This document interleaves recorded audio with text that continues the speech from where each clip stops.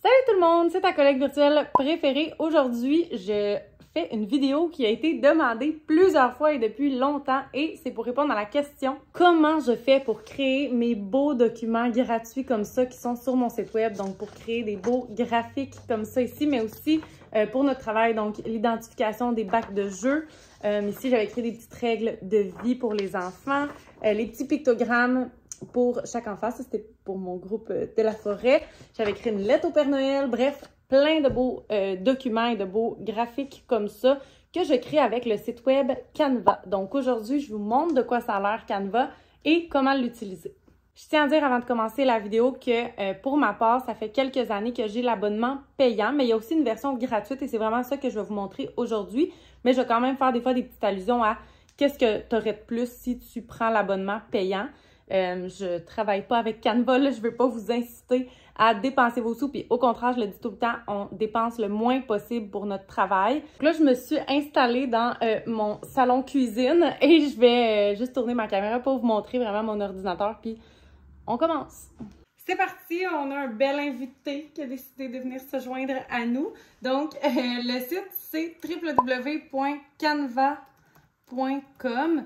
Pour s'inscrire, en fait, c'est vraiment pas compliqué. Tu donnes ton adresse courriel et ton nom. Il ne demande aucune autre information. Donc, vraiment simple. Dès que tu t'inscris, bien évidemment, il te demande si tu veux le faire un essai gratuit avec l'abonnement payant. Tu peux tout simplement faire « Non, merci, c'est correct, on continue avec l'abonnement gratuit pour le moment. » Puis, ça te mène à cette interface-là qui est comme ton interface principale à toi. Il y a aussi une application pour les cellulaires et les tablettes de Canva, mais personnellement, avec nos gros doigts, là, je trouve que ça va toujours mieux avec une petite souris à l'ordinateur que sur l'application, mais c'est bon à savoir quand même. Puis, dans le fond, les designs que tu fais sur ton ordi vont se transférer sur ton application de cellulaire aussi. Donc, c'est tout le temps vraiment le fun de savoir que ton compte se transfère un peu partout dès que tu es connecté sur ton compte à toi avec ton courriel. Là, ça va tout se transférer partout. Là, il y a vraiment plein de choses qu'on peut faire avec Canva, plein de choses qu'on peut voir. Tu sais, juste dans les petits onglets en haut, il y a plein de choses à découvrir. Sur le côté aussi, même chose. Regarde ici, il y a des modèles à découvrir. Mais là, je veux vraiment qu'on commence par la base qui est d'aller créer un document bien normal. On va aller créer des étiquettes de noms pour les enfants dans notre groupe. OK? Donc, moi, je m'en vais ici sur Créer et je choisis souvent Document Portrait A4. Donc, c'est comme un document qui est parfait pour l'impression. Donc, là, ce qu'on va vouloir faire, c'est créer des étiquettes de noms. À gauche, il y a plein de modèles ici qu'on pourrait s'inspirer. Mais sinon, on peut aussi aller dans Rechercher des modèles. Donc là, moi, j'avais déjà fait la recherche tantôt. Là, ça me l'écrit étiquette pour étudiants. Mais tu peux écrire n'importe quoi que tu cherches ici. Puis, bon, moi, j'avais trouvé ceux-là vraiment beaux. Si je clique dessus, là, on voit la petite couronne avec l'indication Pro. Ça veut dire que ça fait partie de la version payante. Donc, je ne pourrais pas l'utiliser tel quel, mais je vais pouvoir m'en inspirer et c'est ça qu'on va faire. Puis là, ce qui est le fun, c'est que c'est comme Netflix, que quand tu cliques sur une émission, ça te montre plein d'autres émissions qui pourraient t'intéresser. Bien là, c'est la même chose. Quand tu cliques sur un modèle, tu as plein d'autres modèles qui pourraient t'intéresser. Puis là, si je clique sur celui-là, ça va m'en donner plein d'autres. C'est à l'infini. Puis c'est vraiment mon genre de passer 30 minutes à juste regarder des modèles puis ne rien choisir. On y va tout de suite pour nos étiquettes. Ce qu'on veut, c'est premièrement des rectangles. Donc, un rectangle de couleur. Puis on voit qu'ils mettent un rectangle blanc par-dessus avec le texte et la petite plante. Ça va être simple comme ça. Donc, à gauche, ici, il y a le menu. Donc, tu peux aller chercher des éléments, du texte, téléverser des photos. C'est vraiment les 3 catégories que j'utilise le plus souvent. Donc, téléverser nos propres photos, ajouter du texte, ajouter des éléments comme des images, des illustrations, des photos et tout ça. Puis, en haut, là, créer, c'est là qu'on trouve tous nos modèles. Donc, on va aller chercher notre rectangle ici. Puis là, on voit la catégorie forme. Il va y avoir plein de formes. Tu peux cliquer sur voir tout. Puis voir toutes les formes disponibles. Donc, nous, on va y aller avec des petits coins arrondis parce que même si c'est fatigant à découper, c'est-tu pas beau? Fait qu'on va se prendre un petit rectangle ici. Peut-être le mettre plus gros, là, comme ça. Et voilà. Puis, ce qui est le fun avec Canva, c'est que ça va centrer tes choses. Là. Quand tu passes devant le centre, poup, ça te met la petite ligne. Donc, tu veux t'assurer qu'il est centré. Tu le lâches là. On peut faire copier-coller. Donc, CTRL-C, CTRL-V pour ceux qui n'étaient pas au courant de ce truc, ma foi, magnifique. Puis là, ce qui est le fun, c'est que quand tu vas en coller un troisième, ça va te dire, non seulement quand il va être centré avec la ligne médiane, mais ça va aussi te dire quand tes éléments sont tous à la même distance. Et ça, je trouve ça incroyablement satisfaisant. Donc, on va continuer avec un quatrième comme ça ici. Puis, ce que je vais faire, c'est que je vais toutes les sélectionner et les centrer ensemble. On a nos 4 rectangles. Maintenant, on veut les changer de couleur parce qu'on ne les veut pas gris comme ça. Donc, on va aller chercher un petit beige, là, comme eux y avaient.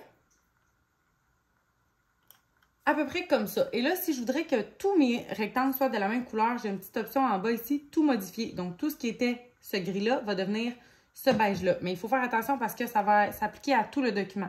Donc, si tu as un document de plusieurs pages, puis tu as plusieurs éléments avec ce gris-là que tu ne veux pas qu'il devienne beige, fais-le pas, puis va juste cliquer sur chaque rectangle pour le modifier de couleur.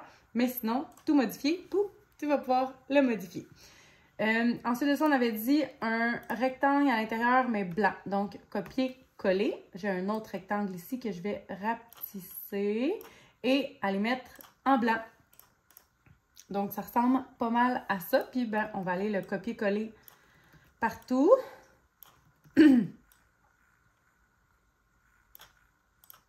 Après, il faut ajouter le nom des enfants. Donc, on s'en va sur l'onglet « Texte ».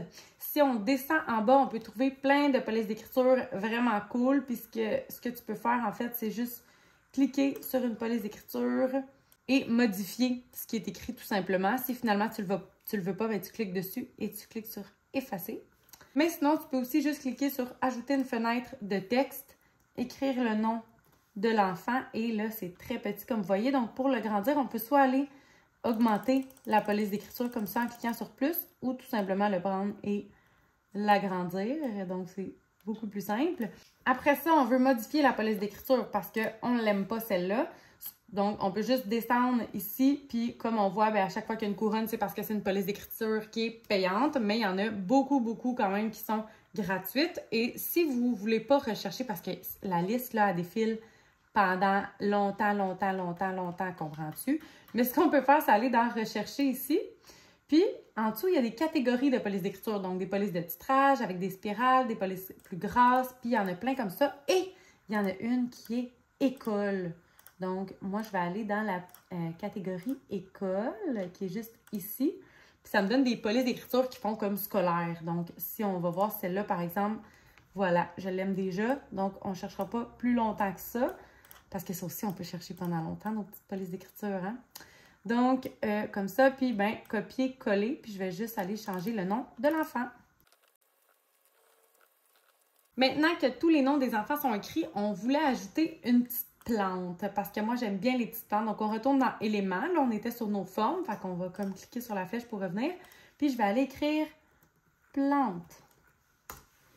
Et voilà, donc dans graphisme, parce qu'il y aurait aussi photos. On va aller voir photos, mais c'est vraiment comme des vraies photos de vraies plantes. Puis ça peut être super beau, surtout pour des arrière-plans. Là, regarde ça, c'est vraiment beau.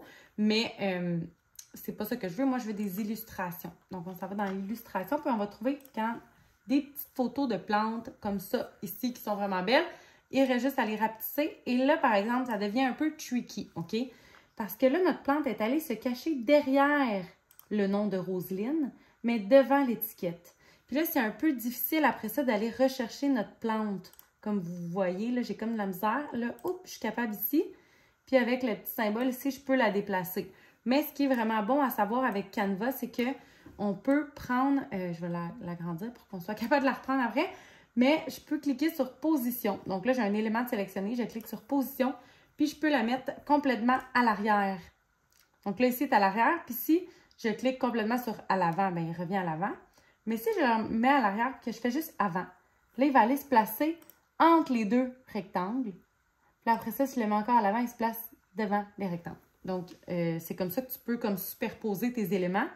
Mais la plante, je veux vraiment qu'elle soit devant. Donc, on va la laisser comme ça. Puis, je vais aller en mettre un pour chaque enfant.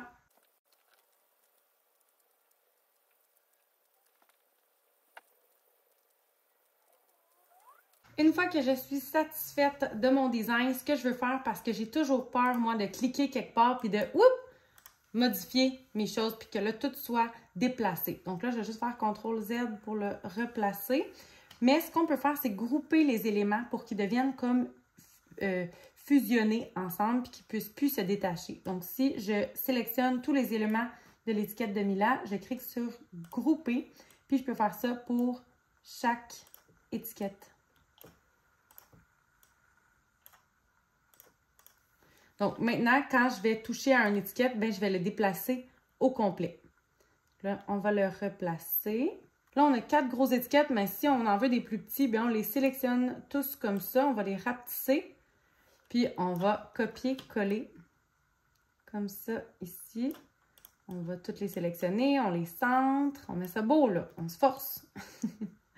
Et voilà, comme ça ici. Choup! Centré.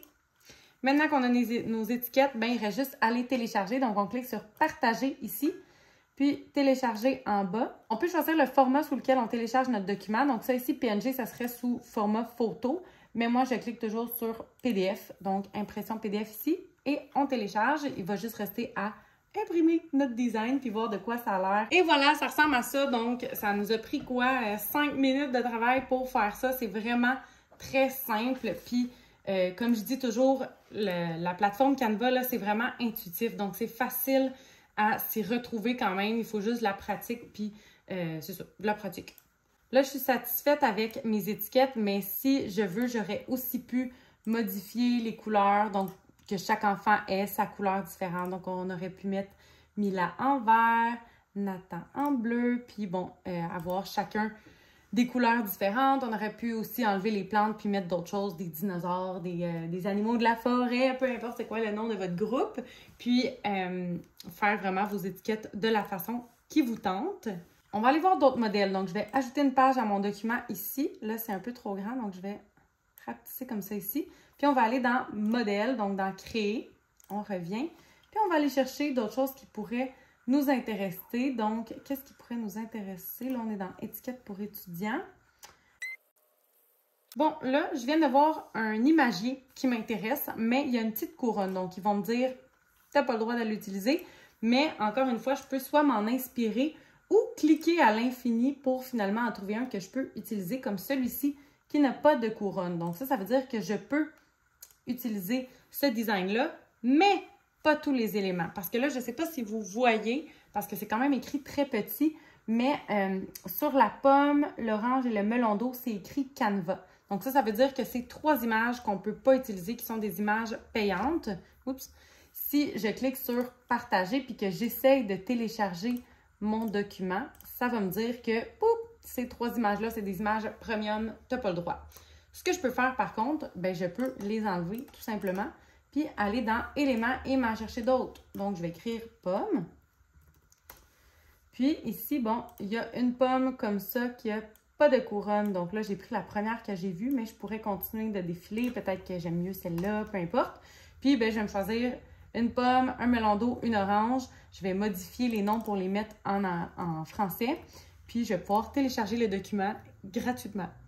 J'ajoute une autre page. On va continuer d'aller regarder parce qu'il y a aussi probablement des imagiers complets que tu peux prendre tel quel. Là, je suis pas mal sûre. Comme, bon, regarde, celui-là, il n'y a pas de couronne.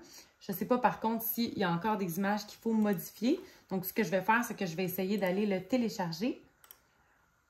Télécharger, impression PDF. J'essaie de le télécharger et ça fonctionne. Donc, ça veut dire que toutes ces images-là, c'est des images gratuites, ce qui est vraiment cool. Ça veut dire qu'en même pas 30 secondes, on va avoir un design clé en main. Donc, on a juste à modifier les mots pour les mettre en français et c'est tout.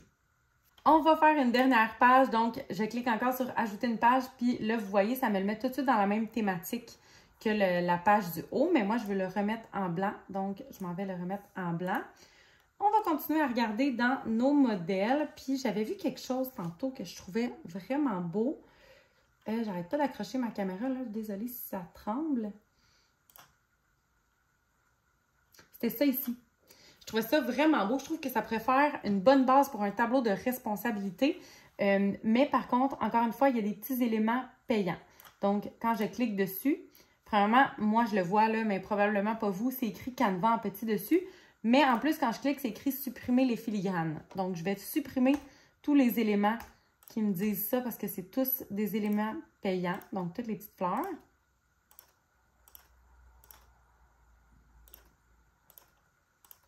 tous les carrés sont corrects, sauf le grand rectangle ici qui est payant. Donc, je l'enlève. Puis, je pense les petits confettis comme ça, mais le gros était correct. Ça ici, c'est correct. Les livres sont corrects. La bande, par exemple, elle est payante. Donc, là, ici, tout ce qu'on a, c'est gratuit. On a 7 petits carrés pour des responsabilités. Souvent, on est 8 dans un groupe. Donc, on va copier-coller. Puis, ce carré-là, ben, c'est un élément qu'on peut changer la couleur. Donc, c'est vraiment cool. Il manquerait peut-être un orange. Ça, c'est un peu intense. Donc, on va aller réduire l'intensité un peu. Comme ça. Parfait. Puis là, regarde, vous voyez, j'essaie de mettre mon texte dessus, mais il s'en va en dessous. Donc, on va aller cliquer sur position, puis le mettre à l'avant. Fait qu'on aurait soit pu prendre le texte, le mettre à l'avant comme je viens de faire, ou cliquer sur le carré puis aller le mettre à l'arrière. Ça aurait fait la même chose. Ensuite de ça, moi, j'ai envie de les mettre un peu plus égales. Donc, on va les grouper. Grouper. Puis, oups. Comme ça. Ben, voyons, j'ai de la misère. Ah! Comme ça fait beaucoup mieux. Ensuite de ça, bon, on changerait responsabilité. Et, bon, si par exemple, il y en a une que c'est... Oups, oh, voyons. Je suis comme vraiment mal placée de côté. Fermer la porte.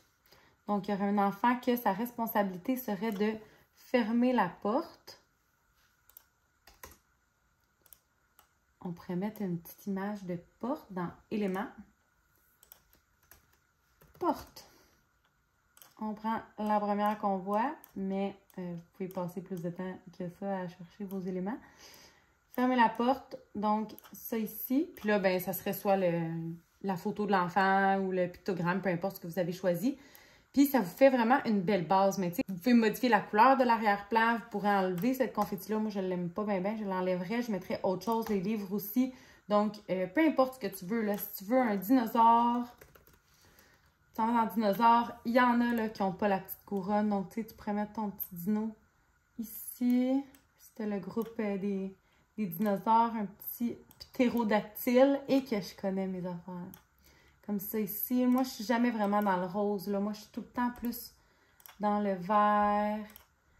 Le vert pâle, là, comme le vert un peu sauge. Gris comme ça. Puis tu peux tout modifier.